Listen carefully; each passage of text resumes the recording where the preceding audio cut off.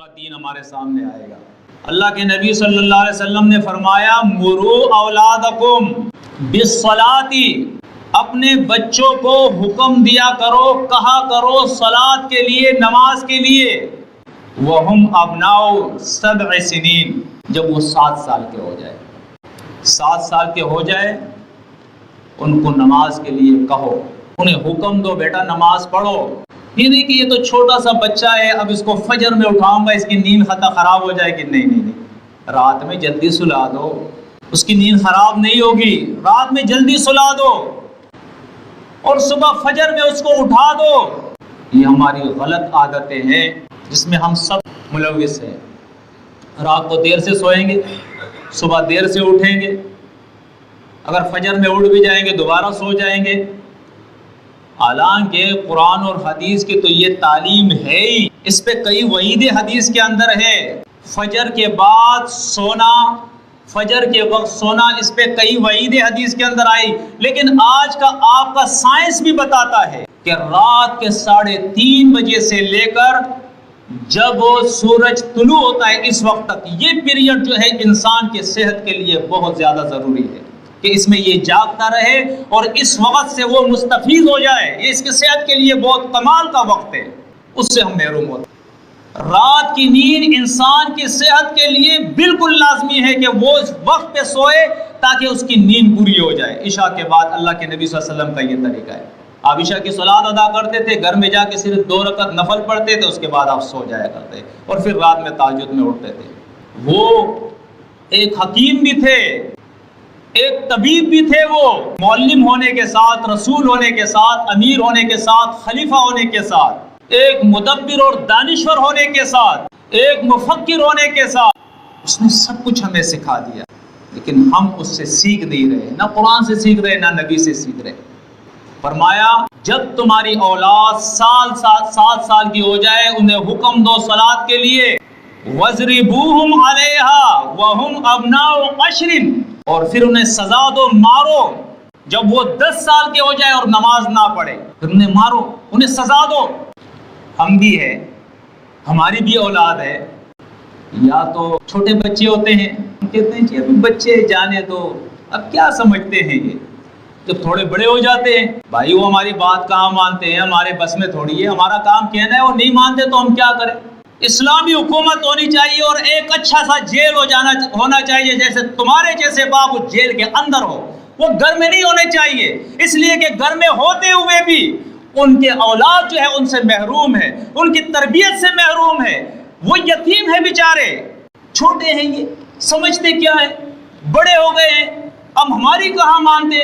کب تم باپ تھے، کب تم ماں تھے، نہ تم باپ رہے نہ تم ماں رہی، بچے تھے اب بڑے ہو گئے، بچے تھے ترس آتا تھا بڑے ہو گئے، کہنا نہیں مان رہا ہے، جہنم کی آگ تمہارے لیے تیار ہے، مذاق نہیں ہے یہ، تمہاری وجہ سے یہ تمہاری اولاد جہنم کا ایندھن بن رہی ہے، کیا تم بچ جاؤ گے؟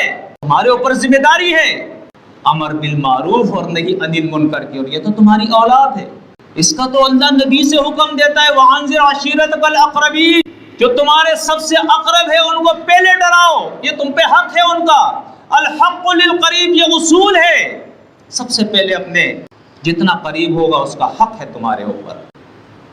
اس کے بعد تیسری بات اللہ کے نبی صلی اللہ علیہ وسلم نے فرمائی وَفَرِّقُ بَيْنَهُمْ فِي الْمَضَاجِعِ، اور جب 10 سال کے ہو جائے تو ان کے بستر الگ کر دو۔ 10 سال پہلے چھوٹے تھے، آپس میں ایک ساتھ ایک بستر ایک چارپائی میں سوتے تھے، 10 سال کے ہو گئے اب چارپائی الگ کرو دونوں کی، اب بیٹی بیٹی کے ساتھ نہ سوئے، بیٹا بیٹے کے ساتھ نہ سوئے، بیٹا بیٹی کے ساتھ نہ سوئے، اب ماں کے ساتھ بھی وہ نہ سوئے، اب ان کا ایک الگ بستر ہونا چاہیے۔ یہ ادب ہم کہاں سے سیکھیں گے، یہ طریقے ہم کہاں سے سیکھیں گے؟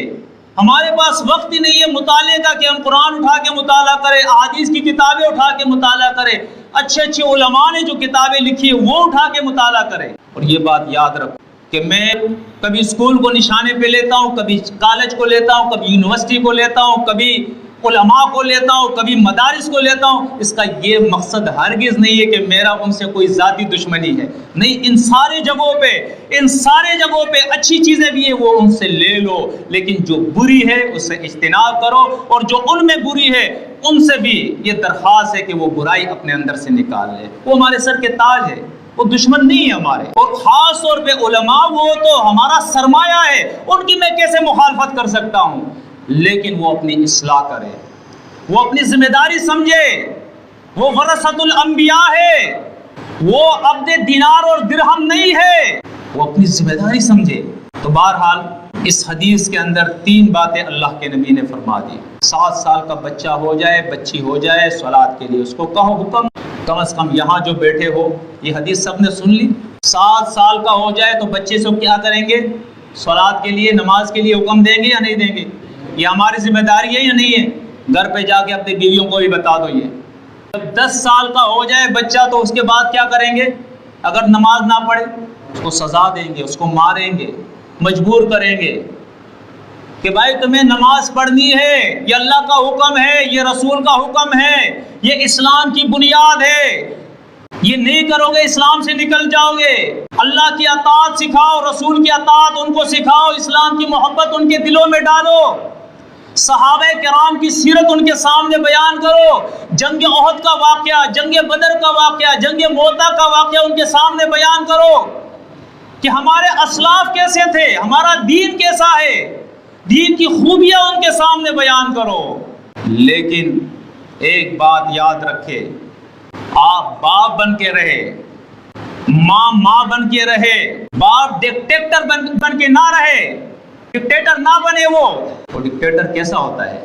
ڈکٹیٹر ایسا ہوتا ہے کہ باپ سگریٹ پی رہا ہے, سگریٹ کیا پی رہا ہے؟ سگریٹ پی رہا ہے, نسوار رکھ رہا ہے. کسی دن اس نے دیکھا بیٹا جو ہے وہ سگریٹ پی رہا ہے, بیٹا جو ہے وہ نسوار رکھ رہا ہے. ادھر آؤ بیٹا, یہ کیا ہے؟ روز ایک ٹماٹر اس کو ادھر مارا, کیوں یہ سگریٹ تم پی رہے ہو, کیوں یہ نسوار رکھ رہے ہو؟ وہ اگر آگے سے کہہ دے کہ بابا یہ تو اچھی چیز ہے تم جو کرتے ہو, تمہیں دیکھ کے تو میں یہ کر رہا ہوں.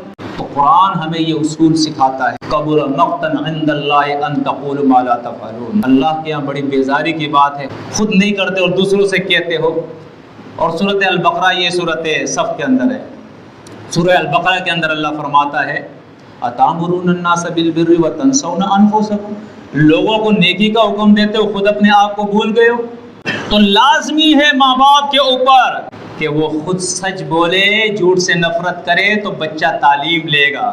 تعلیم 2 قسم کی ہے, ایک تعلیم کتابت کی ہے جو ماں باپ کی ذمہ داری ہے, جو حدیث میں نے آپ کے سامنے بتا دی, سنا دی کہ آپ اس کو کتابت قرآن سکھائے, حدیث سکھائے. دوسری تعلیم کا دوسرا طریقہ جو ہے وہ پریکٹیکلی ان کو سکھانا, ان کے لیے نمونہ بننا. ماں باپ اپنے بچے کے لیے نمونہ بنے. آپ نشے سے نفرت کریں تو آپ اپنے بچے کو بھی سکھائیں کہ نشہ کتنا خراب چیز ہے, حرام چیز ہے. آپ جھوٹ سے نفرت کریں اور اپنے بچے کو بھی سکھائیں. آپ گناہ سے نفرت کریں اور اپنے بچے کو بھی سکھائیں. آپ اللہ اور رسول کی اطاعت کریں اور بچے کو بھی سکھائیں.